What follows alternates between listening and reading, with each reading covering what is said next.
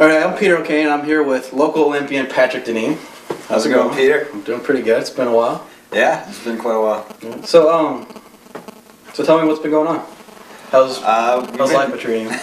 It's been treating me pretty well. I've been doing a lot of traveling lately. Just came off 6 weeks on the road, starting in Quebec actually, and coming all the way through the States, and then out to China and Japan. And so it's nice to get home and eat some decent food. Yeah. Just what do you usually do when you're back home? Well, right now I'm only home for 6 days, so it's a quick little rest period. So that's my biggest thing, is rest and just try and recover and hopefully not get sick. Cross your fingers. Yeah. Yeah. Well, we appreciate you taking the time out to fit us into your schedule. Yeah. Thanks for having me. Yeah, no problem. So let's talk about how you got into professional skiing. Just a little background information. I know you grew up skiing like every weekend, but... Yeah, well, I started skiing. My dad put me on skis when I was 11 months old, and so I was just, I don't remember not being good at skiing, so that was that's a perk right there. And when I was 7 years old, I was put in a race program, and I love competing and I love skiing, so it was really a perfect match. And from there on, it was just I wanted to be the best. I wanted to be the best at skiing and in my sport, and so just keep working and working and working, and eventually ended up on the World Cup, and now I have a couple World Cup wins, a World Championship, so it's working well. Nice. So you went homeschooled midway through your education, right? Yeah, exactly. Yeah. How was that? I think if I was in a more traditional sport like basketball or something, it'd make a lot more sense to just do regular public school. But for the sport I'm in, it requires so much traveling and getting around, finding the snow, and going to all these different places that it just didn't quite work for me in the public school system. So homeschooling worked really great for me. So what age did you go professional? For me, it's really a slow progression into professional. So there really wasn't a point. It really started. I don't think at any point you really make money in skiing. Like if you're doing it to make money, then you're not very smart, obviously. But I'm doing it because I love the sport and love what I'm doing. But I've been really about breaking even and being, I guess, what you can consider professional for about 6 years now, probably since I was 18. Yeah, you blew your knee out in 2006. Is that right?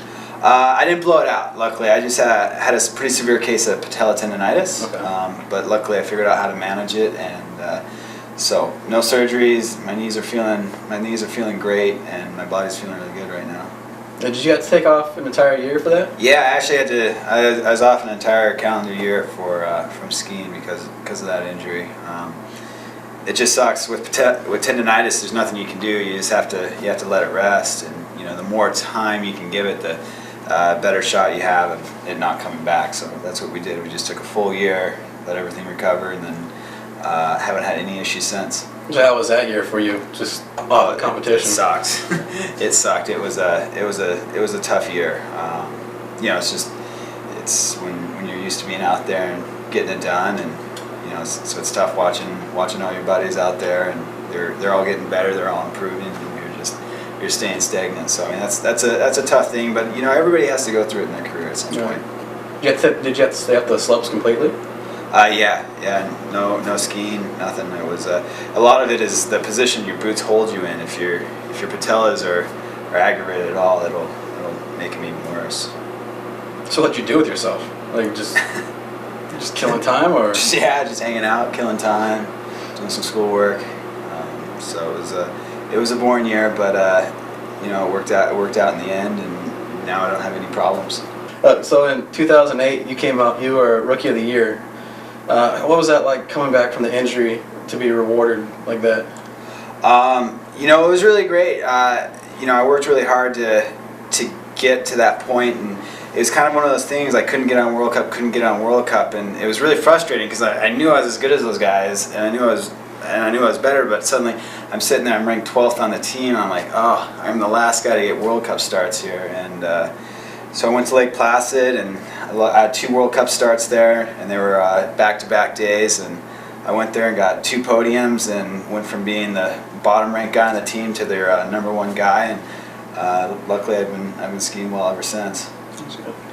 So in 2009, you got a gold medal at the International Ski Federation Freestyle World Ski Championships.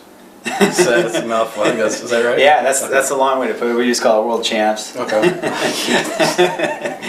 Okay, and then 2010, you win the U.S. Olympic trials. Yep. So I assume you were feeling pretty good going into Vancouver?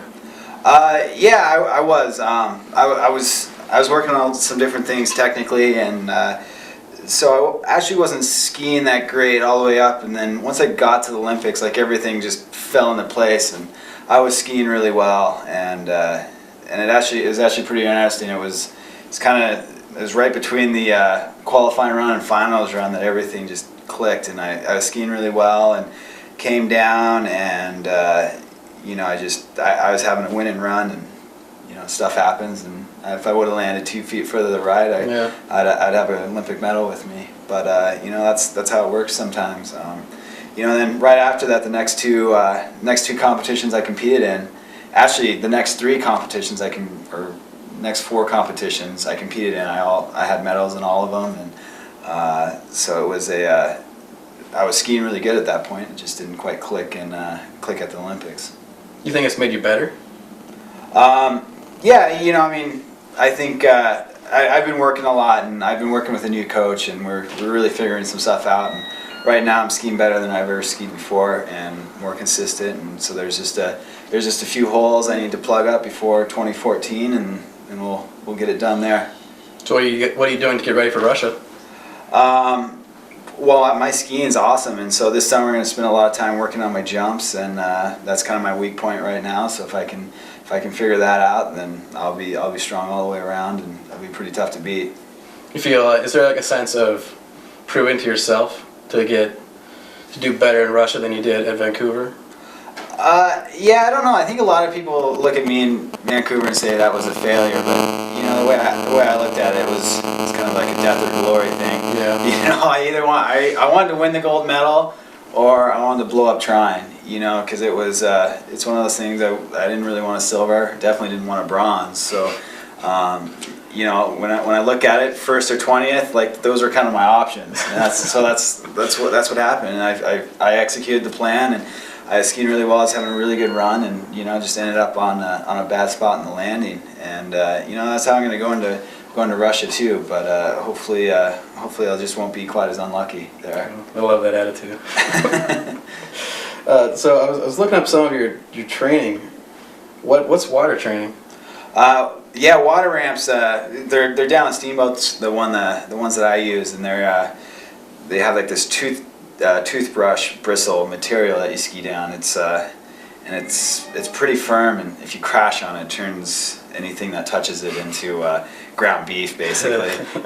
So that sucks. And then but it's a jump, and you jump into water, so it's kind of a safe place to try new things. Meaning you're not gonna blow a knee or anything, but it still hurts. It still hurts if you come in wrong. You'll end up with black eyes and bruises, but it's safe though, so you're not gonna break your neck or anything. So that's the beauty about training on water. And so that's one thing I'm gonna be spending a lot of time this summer working on. And you do trampolines as well, right? Yep, I have a great trampoline set up at my house. How does that work exactly? What are you doing? Are you just jumping and twisting? Or? Yeah, working on flipping and twisting together, and just overall air sense, and so just a lot of little goofy tricks my air coach has me working on. So when do you leave for Russia?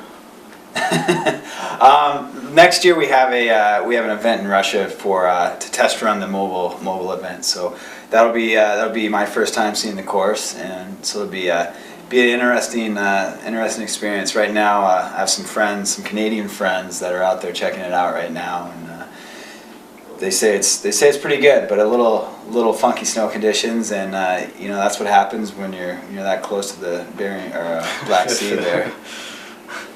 Well, if you medal, well, no, just say if you gold, we'll throw you a parade, but bronze, we don't care. That's good. Push it to 2018. Yeah, we'll have to wait till 2018 then. All right. Well, I really appreciate you coming in. Yeah, thanks for having me. Good luck with everything. Thanks a lot. And good luck with everything one more time. Thanks.